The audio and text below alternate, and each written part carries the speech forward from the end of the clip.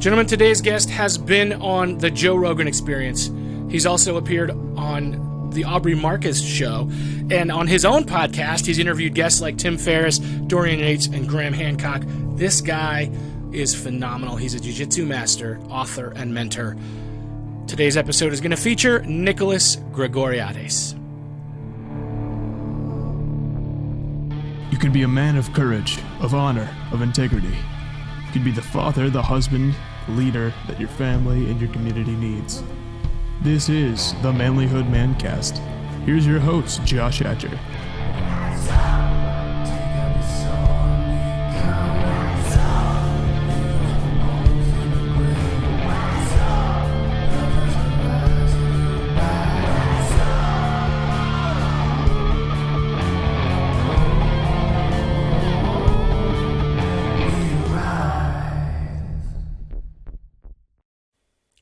Hey, welcome back to the Manlihood Mancast. Listen, I usually talk about this at the end, but I'm going to talk about this right now.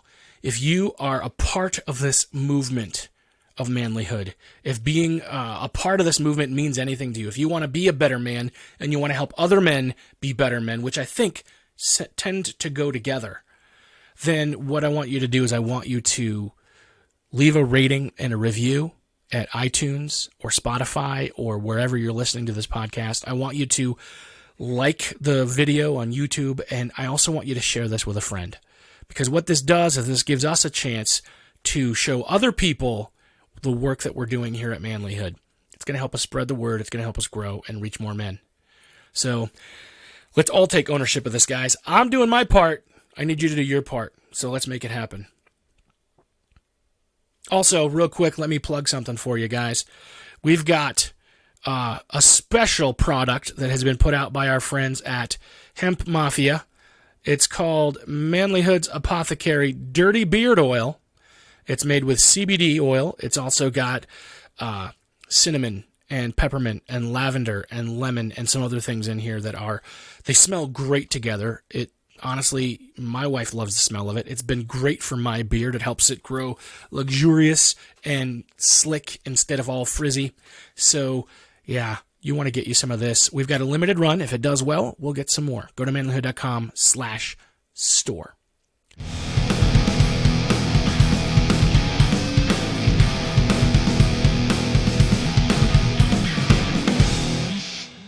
Guys, today's guest is a jiu-jitsu master. This guy approaches life from a very different perspective. He's had a phenomenal set of experiences in his life, which include some heartache and some pain, a lot of it, to be honest with you, and the way that he has adapted and learned from that so that he can then align his life for health and wealth and freedom. So please put your hands together. Let's give a warm welcome to Nicolas Gregoriades. Nick, it is great to have you on the Manlihood Mancast today. Thank you for coming and being with me. Yeah, it's good to be here, Josh. Awesome. So I actually got the email from your promoter, and I thought, this guy's been on Rogan and has talked to some pretty cool people. So I thought this will be a pretty cool interview, my friend. What was that like? I was a very different person when I went back on Rogan. I remember I walked in and he pulled out a joint, this fat joint, and he said, do you want to get high? And I remember thinking to myself, at that point, I'd stopped smoking weed for a very long time. So, and I wasn't really into it. So, I didn't want to, but I thought to myself, how many times do you get the chance to smoke weed with Joe Rogan? You know what I mean? Like, that was the thought in my mind. So at this point, the strongest weed I'd ever had was probably like 1/5 as strong as this joint that he pulled out. And I took a few puffs on it, and, man, I was just gone. I was gone. So looking back to it, I probably didn't give the best account of myself on that show because I was just stoned out of my mind. But it was fun. He's a cool guy. He's got a good presence. He's got a solid vibe. Definitely a man. Yeah, and he has a lot of respect and a lot of haters for about 1,000 different reasons. But as a podcaster, I respect what he does. Although, I would rather not smoke joints with my guests, so I get it. Sure. Yeah. This is my little cat Link, by the way. He's probably going to be part of the interview as well. He wants some attention, so that's all right. Yeah. My daughter's got a cat that does the same thing, so it's all good. So, Nic, tell me. I see that you grew up in South Africa, kind of at the tail end of apartheid. What was that experience like growing up for you? I mean, when you're in it, you don't really. It's all you know. When you're a kid and you grow up in an environment like that's what seems to be the norm to you. But looking back, I realized that it was, in some ways, a very privileged experience because I grew up in a middle class home, and back then, it was just haves and have-nots in South Africa. I suppose it's still haves and have-nots, but it's starting to change a little bit. And my family we were a middle-class family. We had means. And during that era, if you grew up in white South Africa as a white person, I mean, we had the best of everything. We had the highest quality education. We had, great healthcare. It was just an amazing amount of privilege, but it also came at the cost of, on some level, when you're surrounded by that level of poverty, it kind of tugs at your soul, and when you're a have and you see all these have-nots, I mean, I'm not able to block that out of my mind. It's one of the reasons I don't live in South Africa anymore. Is being around that it was just a real drag, man. Like I just felt so much for those people. When I was, I think, 12 years old, in grade 6, was the first year that schools became desegregated. So it was the first year that schools had to be open to anyone, regardless of their skin color.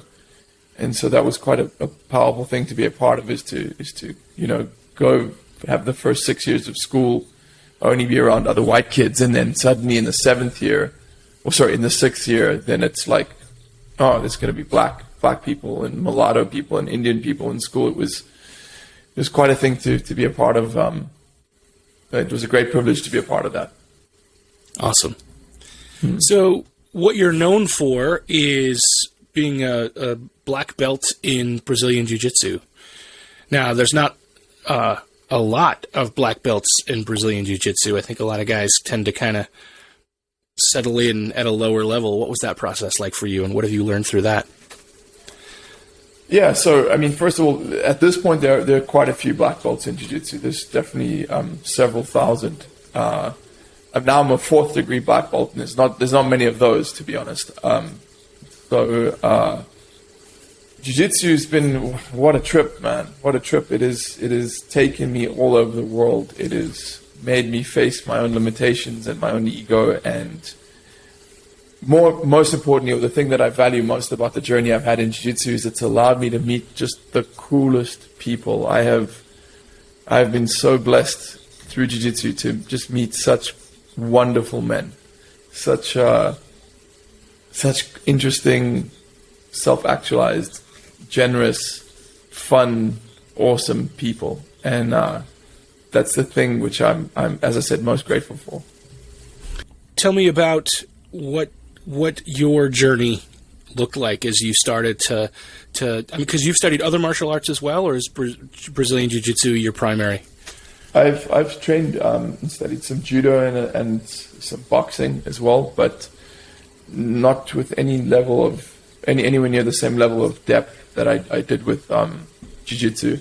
So I did a little bit of Jiu-Jitsu in South Africa, or a little bit of MMA training and no-gi grappling training in South Africa. And then when I was 24 years old, I moved to London and I started training with Roger Gracie, who's a very famous Jiu-Jitsu practitioner. And I just had an aptitude for it, and it became my career. And I was lucky enough to be training with the best in the world, and just, as I said, surrounded by these amazing people. And it all lined up for me. Yeah. So would you say, what's the draw for you in the art itself as opposed to judo or boxing? Do you like the hands-on grappling? Is that what attracts you to it? Or is it more the discipline and the companionship that you made there?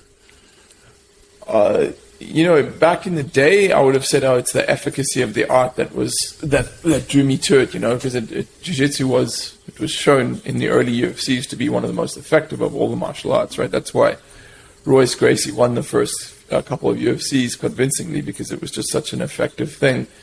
But at this stage, honestly, like the actual training, to be brutally honest with you, I could take it or leave it. I enjoy it, but I'm not crazy about it anymore, because as an older guy now, it's hard on the body, and that's just, to me, it's the actual training is the cost of entry to be on the mats hanging out with my friends, right? That's the price I pay to go hang out with my buddies on the mat.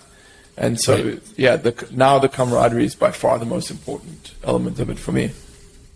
I'm always amazed whenever I see it put into practice, because, you know, I mean, I grew up fighting, you know, more for my lunch money and honor, not for sport. And then, you know, once I got to be a teenager, I didn't, you know, after middle school, I didn't need to fight anymore. But,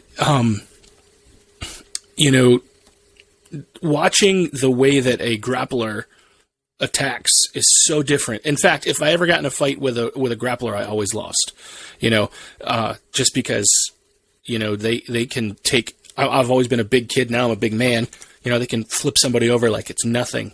And I've never quite grasped the way, the mechanics of it, the way that it works. Mm-hmm. No, it's a very interesting thing. It's, I'm not a violent person anymore, and that's probably because I've been in this scenario of controlled violence for the past 20 years as part of my vocation, you know. So I've had my share of it, you know. So it doesn't interest me. I've kind of dealt with that part of myself. Do you find that there are specific things about life that you learn through that process as well, when you're on the mat and when you're training? What a great question, Josh. Yeah, a lot, especially about humility is a big one, because, you know, you can't bullshit with jiu-jitsu. There's some martial arts where, like, you can pretend you're better than you are, but in jiu-jitsu, it doesn't work that way. Like, just the other day, I was sparring with one of my students. The whole class stopped to watch us spar, and he's like the upcoming kid in the gym, right? And he beat me, you know, and because he was better, you know, he's tougher, stronger, younger, better reflexes. He trains harder. He's better than me now, and there's a moment, you know, where your ego's like, you don't want to accept it. You don't want to accept the reality of it, and then you've got one of two options. You can face the reality, or you can build a story in your mind and hide from it, right? And with jiu-jitsu, if you build the story and hide from it, it just gets worse and worse. You've just got to face the reality, right? So I think that's a really good analogy for life. But also that there's, the one I always think about is that in jiu-jitsu, there's almost always a better way of doing things, or more efficient way to accomplish your objective. And I think it's like that in life as well. When I move through the world, I'm trying to do jiu-jitsu with life. I'm trying to find the most effective pathways through life, the most effective strategies or approaches to anything that presents itself in my life. So I think that's the meta narrative for me with jiu-jitsu. Which kind of brings me to your book that you've got out now. Is called Align, and I can maybe see some of the parallels there. Tell me, what does that mean for you? Yeah, so it's actually called aligned, as in aligned. Something is aligned. Well, yeah, if you want to draw back to the jiu-jitsu analogy or parallels, when you're doing jiu-jitsu, one of the things you always want to do is you want to have alignment of your skeleton, right? Because when your skeleton is in alignment, that's when your body is strong. And I think as men, what a lot of us overlook is that we need to find alignment within ourselves. You need to align all elements of your life, whether it's your values, your goals, your health, your relationships. Everything has to be in alignment for you to be able to really be an effective man and to be an effective expression of the masculine principle. You need to find this alignment. If you're completely discombobulated and scattered, and you know you've you've got a job that you hate that's not in alignment with your values, and you're in a shitty relationship, and you're not in good shape, and whatever it might be, if you're out of alignment, you're never going to be effective, or you're going to be vastly less effective than your potential, than you potentially could be. I've seen that in my own life. You know, there are parts of my life that I do really well with, and I'm hammering out, but then I run into my struggles. You know, I've been struggling with my weight, things like that, with being a disciplined person. And when I hit those walls, the other things that I was doing well at start to not do as well. Yeah. It all connects. It all connects, man. It's you know, we have these different pillars in our life. The way it's most broadly most often categorized is health, wealth, and relationships, right?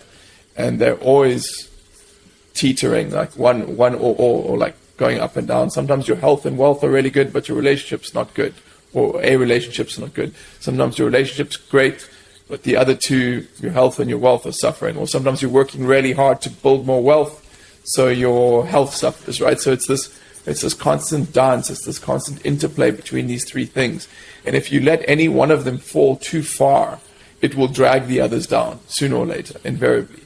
So, yeah, that's something I'm constantly aware of. I don't always get it right, and often, even now, even after I wrote the book on alignment, there's sometimes in my life where certain things are out of alignment, and I've got to really, you know, create a lot of focus and discipline and consistency to pull them back into alignment, because the tendency of the world is towards entropy and chaos.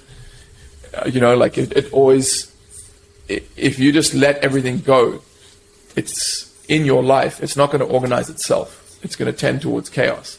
So you have to, as a man, constantly be looking for that alignment and working towards it. So what are some ways that you know, some of the safeguards or some of the red flags, maybe even, that you look for to know, okay, I have to work on this now? What does that look like?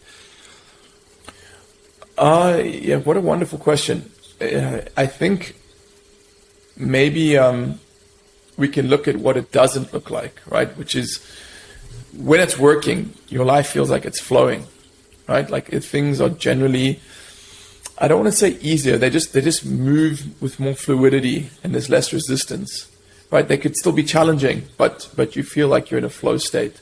And when you're out of alignment, it doesn't work like that. Things are jarring, and it's like you're pushing a boulder up a hill always, or things just don't work for you.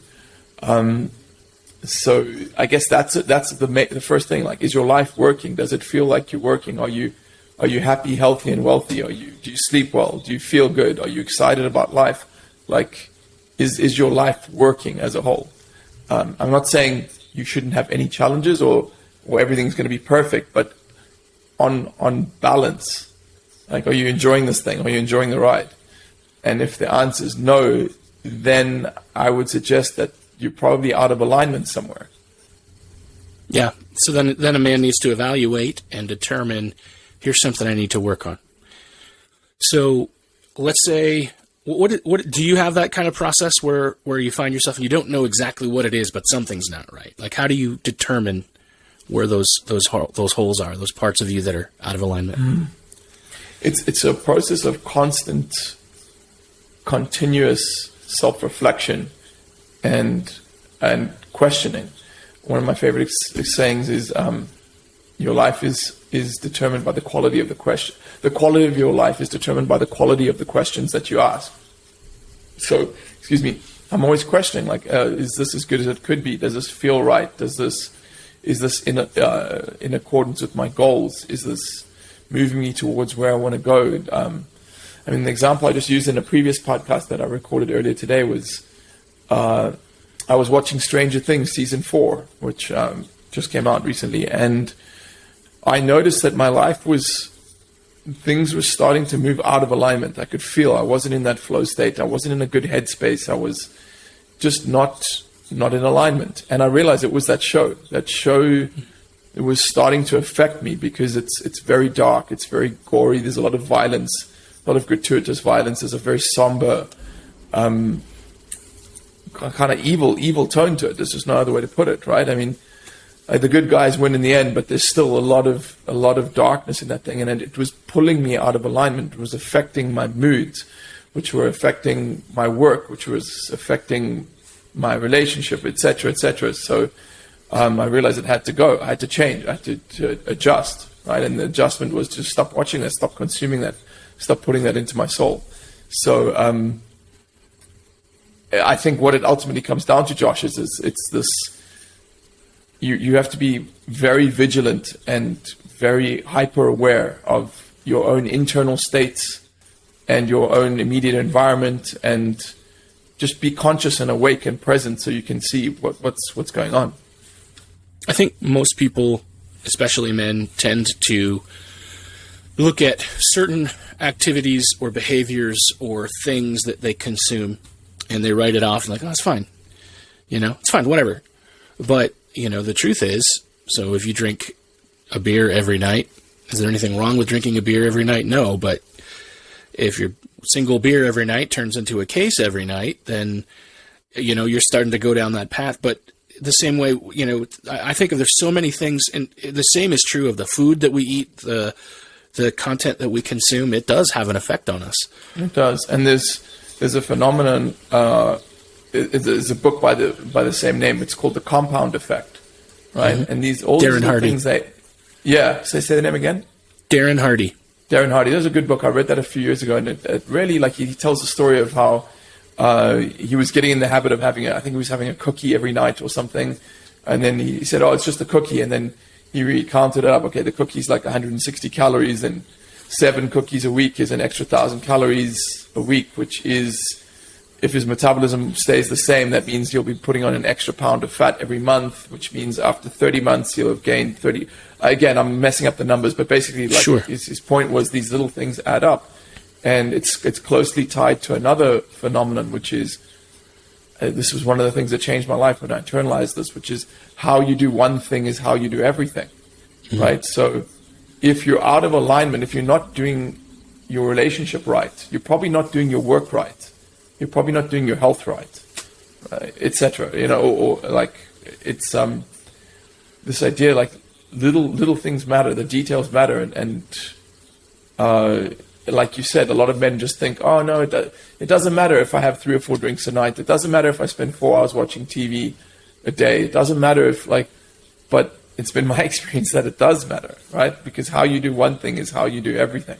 Which that's the very definition of integrity. The integrity comes from the root word integer, which means whole. So all of you needs to be whole. So I love that. Yeah, that's great. Thank you for that. No problem. I know I'm interviewing you, but that's all right. Sometimes things pop in my head.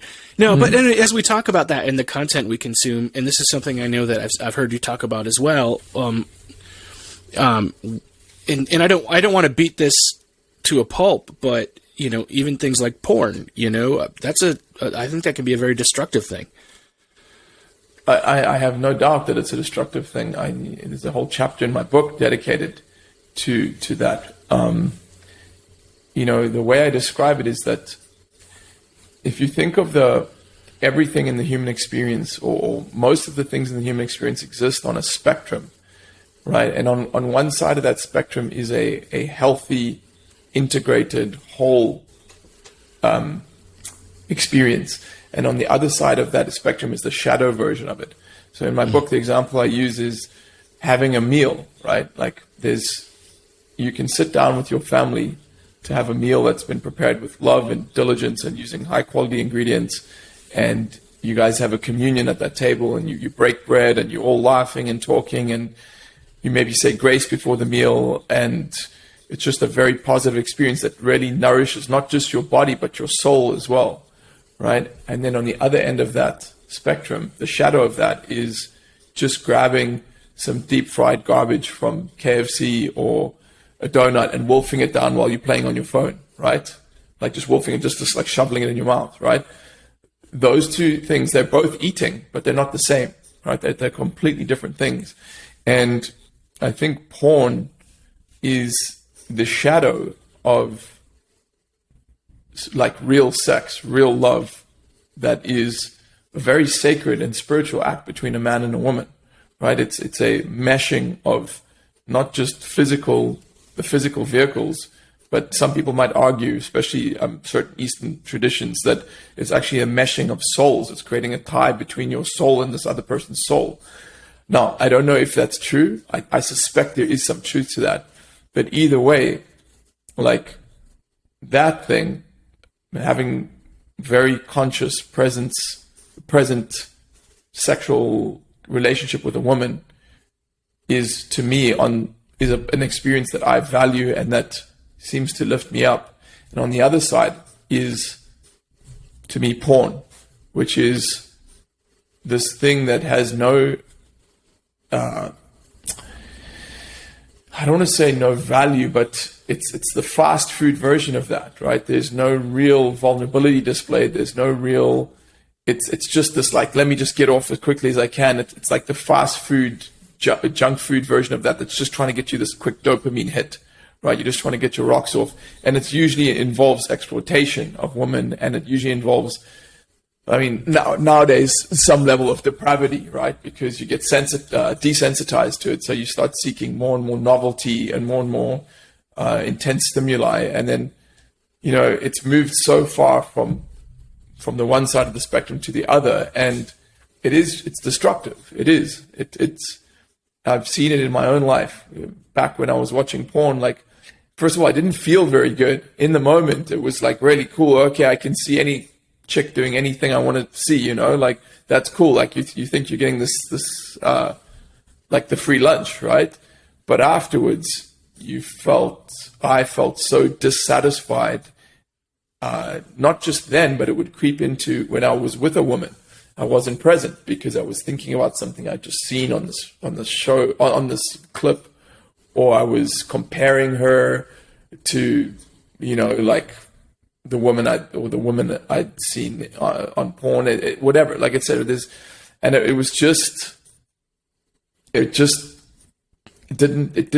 it pulled me out of alignment, Josh. Right? Porn pulls me out of alignment, and I've got too much to do. My dreams are too big, So like I need to be on my edge. I need to be in alignment. I need my spirit to be healthy. And if something makes it unhealthy, then it's got to go. And that's what porn was doing. So it had to go.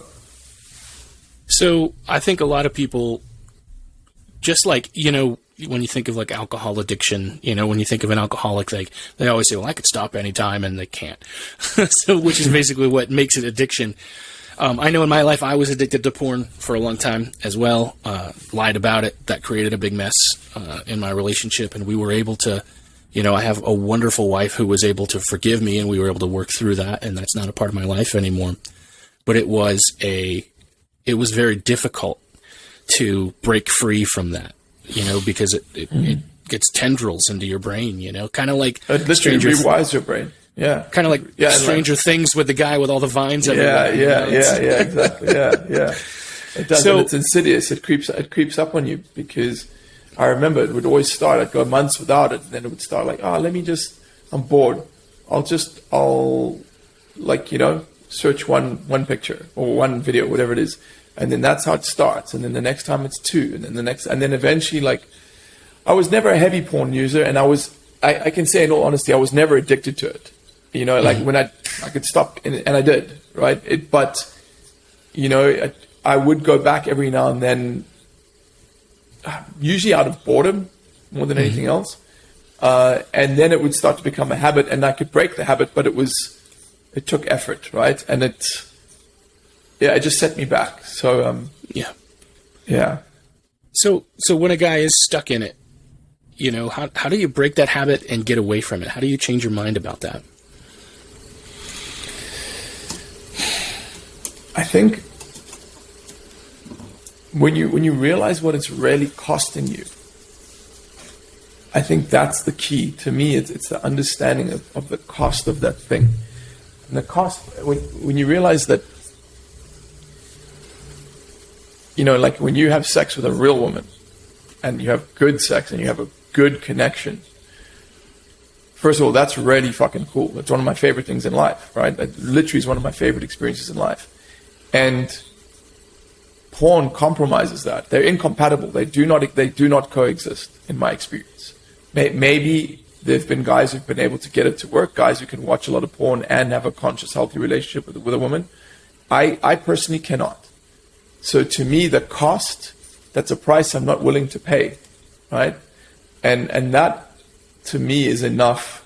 It's a pretty business-like perspective, right? It's a cost-benefit analysis. The cost isn't worth the little benefits, right?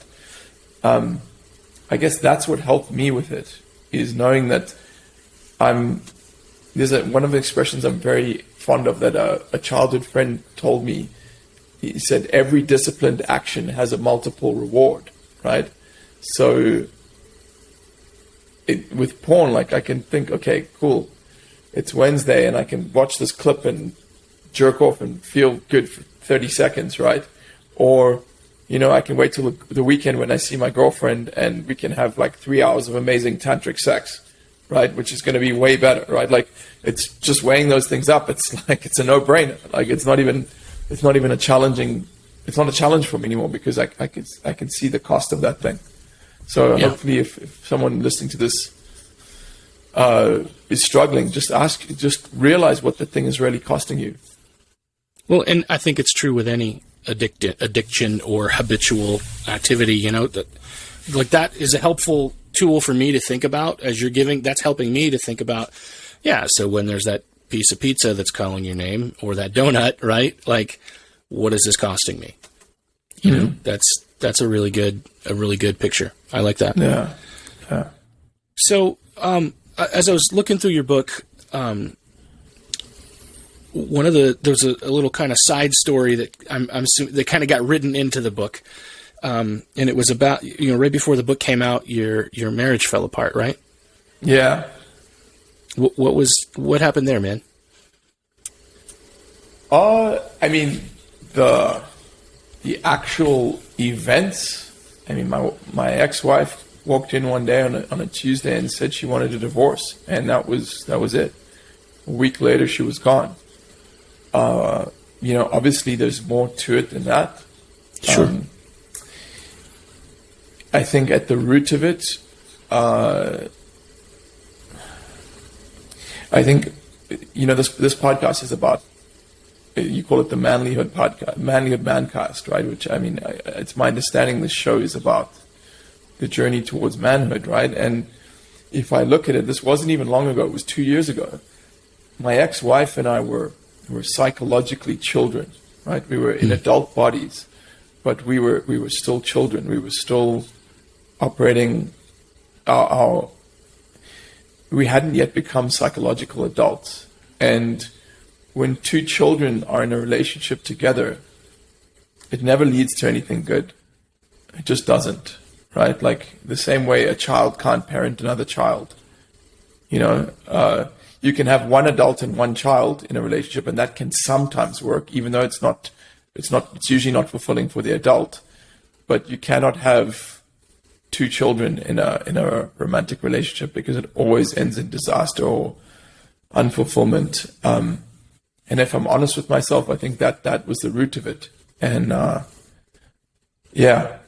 was it.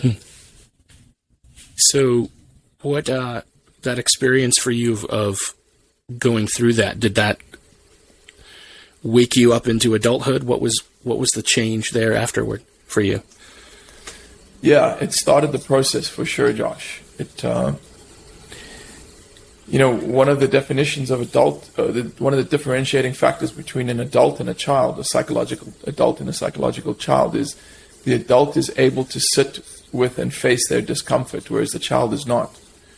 And that put me in a situation where I was in so much pain, so much discomfort. I just had to stop, and there was no one around me. It was the middle of COVID. I was in a new country. I was here in America, and I was away from my family. I didn't have many friends in that town. No one was seeing anyone because of COVID, and I was alone in this house, and I had to fucking sit there and face myself. I had to face my demons and face this discomfort. And I had to start asking the question, why did this happen? Not only why did it happen, why could I not see this coming? What were my how could I have been so blind to what this relationship was and who this person was and what I was getting wrong, you know? And that was that led me to a mentor that I worked with who really helped me understand that unfortunately I was a child, right? And my whole life I thought I was a man, but I was just a boy. And that ultimately led me to manhood. So for you, it wasn't I'm 18, I'm a man. It was working through that process that brought you to another level. Yeah, absolutely. What did that mean? If you don't mind, what was that mentorship process like?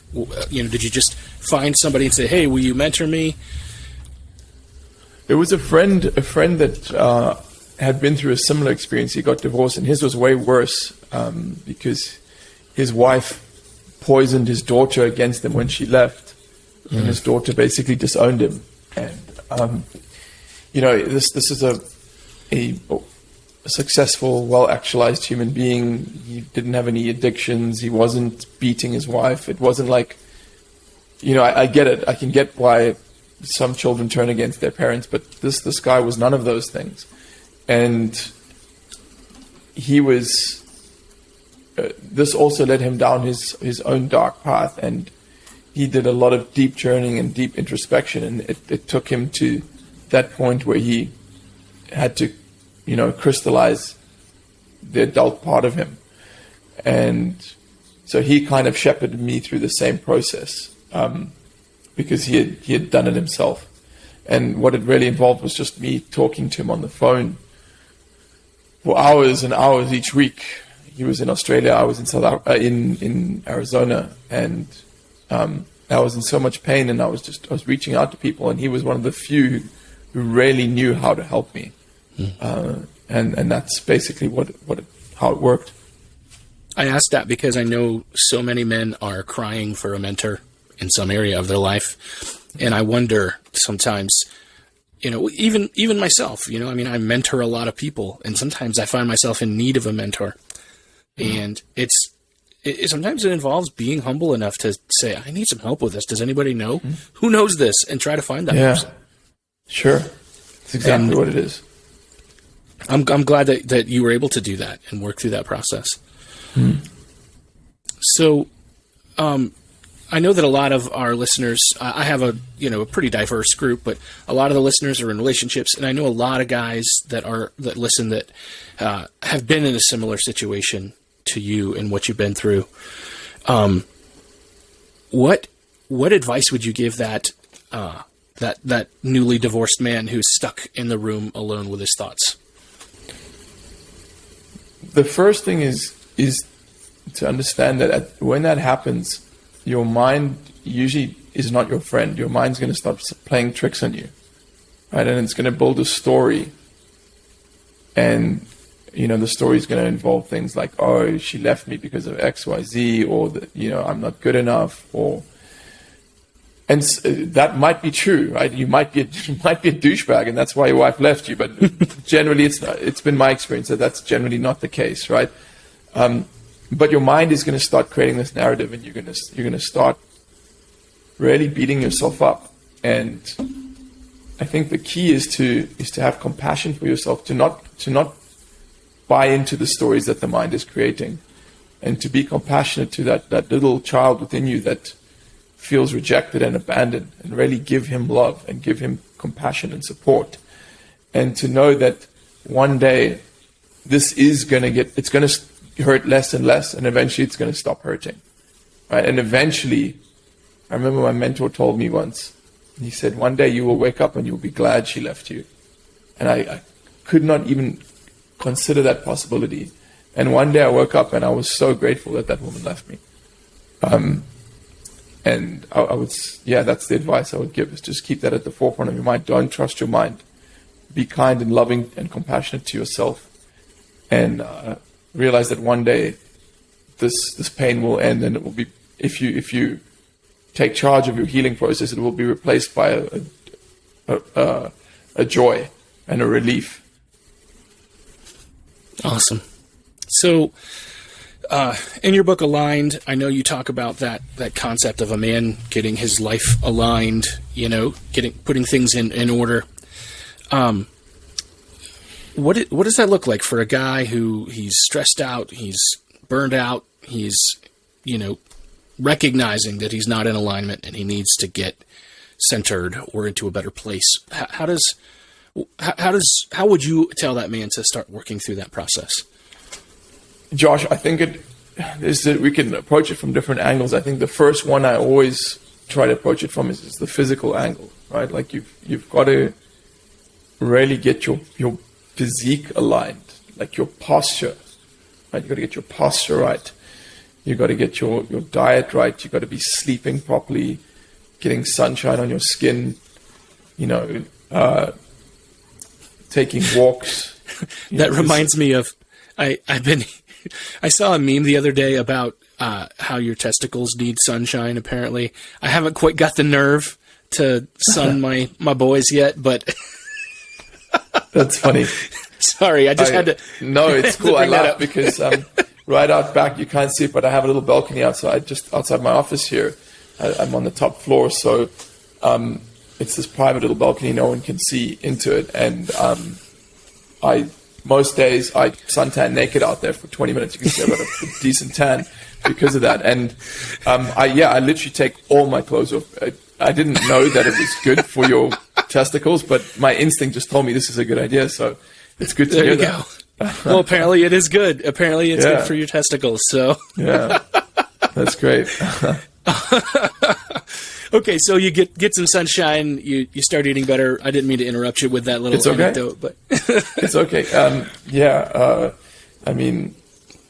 Get physically aligned. Like start working out. Start lifting heavy things. Do some yoga. Like just get in your body. Get your body right.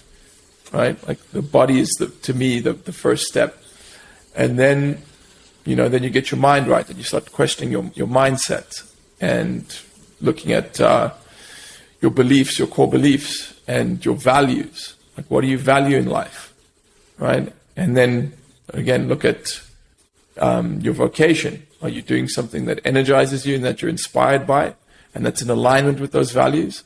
Or are you doing something you hate just for a paycheck, or because your parents told you to do it, right? Or because you think it's the right thing to do, right? So get that right. Then get your relationships right. Are you in a crappy relationship? Are you showing up in your relationship? Are you being a man of integrity? Are you being a man of your word? Like, I mean, you have to come at it from all the angles. But as I said, I would start with the body. Start working out. Start getting healthy physically, and then build on that. Yeah, I think it's probably the easiest steps to take. And I think that it may, when you're working out, when you're walking, take a walk every day, you're releasing endorphins into your body that start to make you feel better about some of the other things. So It is a good place to start. Absolutely. Yeah. I like to ask all my guests a few questions. And the first one is this: what does it take to be a man? Radical self-honesty. It's just sitting and looking at the parts of yourself that you don't like, whether like your shadow, like and accepting. Like there's a thing I have written on this board behind me, which says only a being that understands where it is can plot its next point of arrival. So you got to start with like just looking at where you are, right? Just being honest. Like I am here in my life. These are the things I don't like about myself. These are my shortcomings. And then not judging yourself for those things, just accepting, like you're at this point, and how can I do better? Asking how can I do better? How can I move forwards? And then being honest with yourself about the answers that come up with that, right? Mm-hmm. Yeah, I think we can be masters of self-deception. Yeah. Where we look at ourselves and we can lie to ourselves all day long, and we like it because that's easier. Well, we like the immediate effects, but it always comes out in the end, right? Yeah. Like it always has a multiple cost down the line when you're dishonest with yourself. It always comes back to bite. You know how it works in life as well. When you're dishonest with someone, it always comes back to bite you in the ass. Always. always, always, always. And it's this, and if it doesn't, it'll eat away at you forever, right? And it's the same with yourself, right? Like if you act from a place of dishonesty or you're not honest with yourself, it's going to come back to bite you in the ass.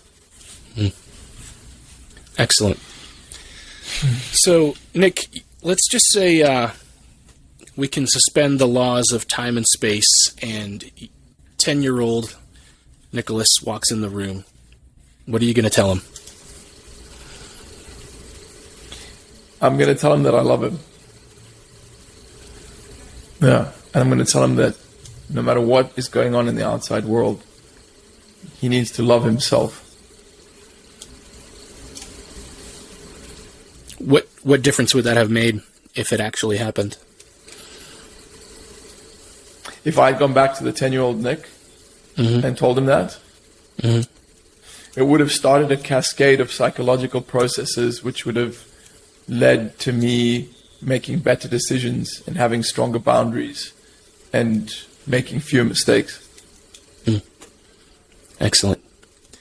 And so for the guys that are listening today, what is your best advice that you have for them? Again, it's love yourself.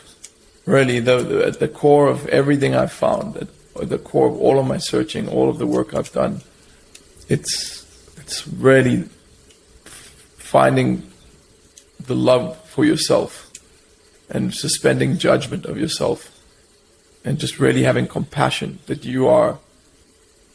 Being human is not an easy thing, man. You're playing a very difficult game here, and you want to be on your team, right? You don't want to be on them like against yourself. Like the Bible says, a house divided against itself cannot stand, right? So if you're constantly berating yourself and not loving yourself, you're just making it harder on yourself, right? For no reason. Yeah. So, Nic, I know you do some coaching. Is that right? You can help walk men through their journey, or do you do it more in a business level? What does your coaching look like? Yeah, I coach primarily at this point. It's one-to-one coaching, and I work with men who are going through these challenges. I also work. My movement now is towards helping men create heart-centered businesses. So most of the time, I'm coaching entrepreneurs, because I really believe that's a leverage point, is when you find alignment within yourself and within your business. That's because your business is a reflection of who you are, right? If you're an entrepreneur. So if you're doing something that's not in alignment, or you're not in alignment, then your business is not reaching its potential. You're not reaching your potential. So those are primarily the types of men I work with, is entrepreneurs who wanting to really create heart-focused, heart-centered businesses. And then I also just work with men who might not be entrepreneurs, but they're just wanting to go beyond their own self-imposed limitations, whether that be mental or physical or spiritual. I show them and share with them the things that have really worked for me on this journey. And I don't want to say it's like the easy way, but it's definitely a fast track, because I know it's the same thing. You know, if I had some guy when I was 10 or when I was 20 or when I was 30, if I had me, the 40-year-old me, go back and share. Someone asked me the other day, like, how much would you pay to have how much would the 30-year-old Nic pay to have a conversation with the 40-year-old Nic? Right? And there's no amount of money. Right? I could have saved myself so much pain and suffering and wasted time. And that's what I do for my clients as well, or at least that's what I do for my clients. That's what I do for men who are wanting the fast track. I love it. That's excellent. So if our guys want to get in touch with you, whether it's about coaching or your book, what's the best way for them to connect with you, man? Thanks, Josh. They just go to coachnicg.com, and that's Nic with no K, so just NIC, coachnicg.com. coachnicg.com. And you've got a podcast as well? I do. It's the Nicolas Gregoriades Show. You can find a link to the podcast at coachnicg.com. Awesome. And we'll also make sure we link that in the show notes so you can check out the work that you're doing there. Yeah, you've been doing a great job with the podcast. You've got some high caliber guests on. So is that lots of good asks to get those to happen, right? Now it's actually at the point where these guys are like coming to me, which is cool. That's awesome. Yeah, and I've been in the podcast game for a long time. I was doing a podcast called London Real almost 2012. Yeah, so that's 10 years ago. I started in the podcasting game 10 years ago. So wait, I think you're the London Real guy. Yeah, I was the other half of London Real back in the day. Yeah. Yeah. I knew you from somewhere. Yeah. Sweet. I told you, a lot has changed since back then. Yeah. Because that's when I went on Rogan. It was with the other half of London Real. So I built up a lot of goodwill in that community, and I just really try to have fun and interesting conversations, and I think people appreciate that. Awesome. Very cool. Yeah.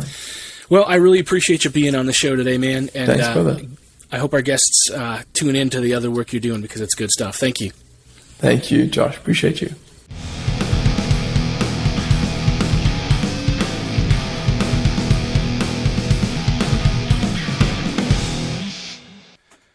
Nic, I can't tell you how much I appreciate you coming on the show, man. You are doing some excellent work. Thank you again for what you're doing. And we want to support you in whatever way possible. So, guys, please go to the links that we have in our show notes and our description on YouTube or our blog at manlihood.com. Click the links.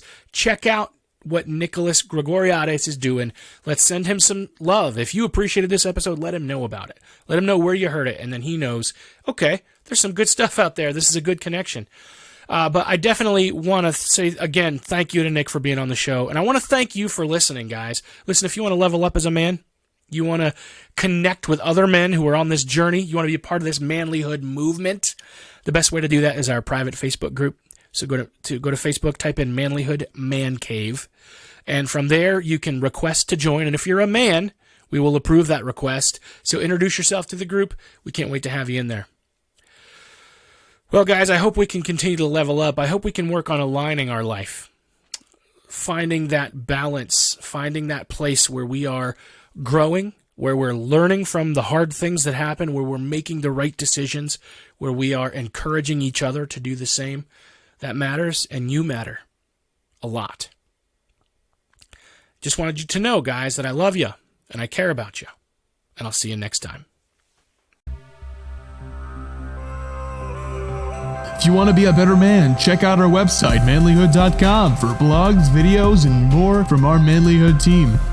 And you can also join our private Facebook group, Manlihood Man Cave, where you can meet up with a band of brothers who will challenge you and help you on your journey of manhood. This episode is produced by Hatcher Media for manlihood.com. Be sure to subscribe and leave us a review on iTunes, YouTube, or wherever you're listening to the show. Tune in again for more of the Manlihood Mancast.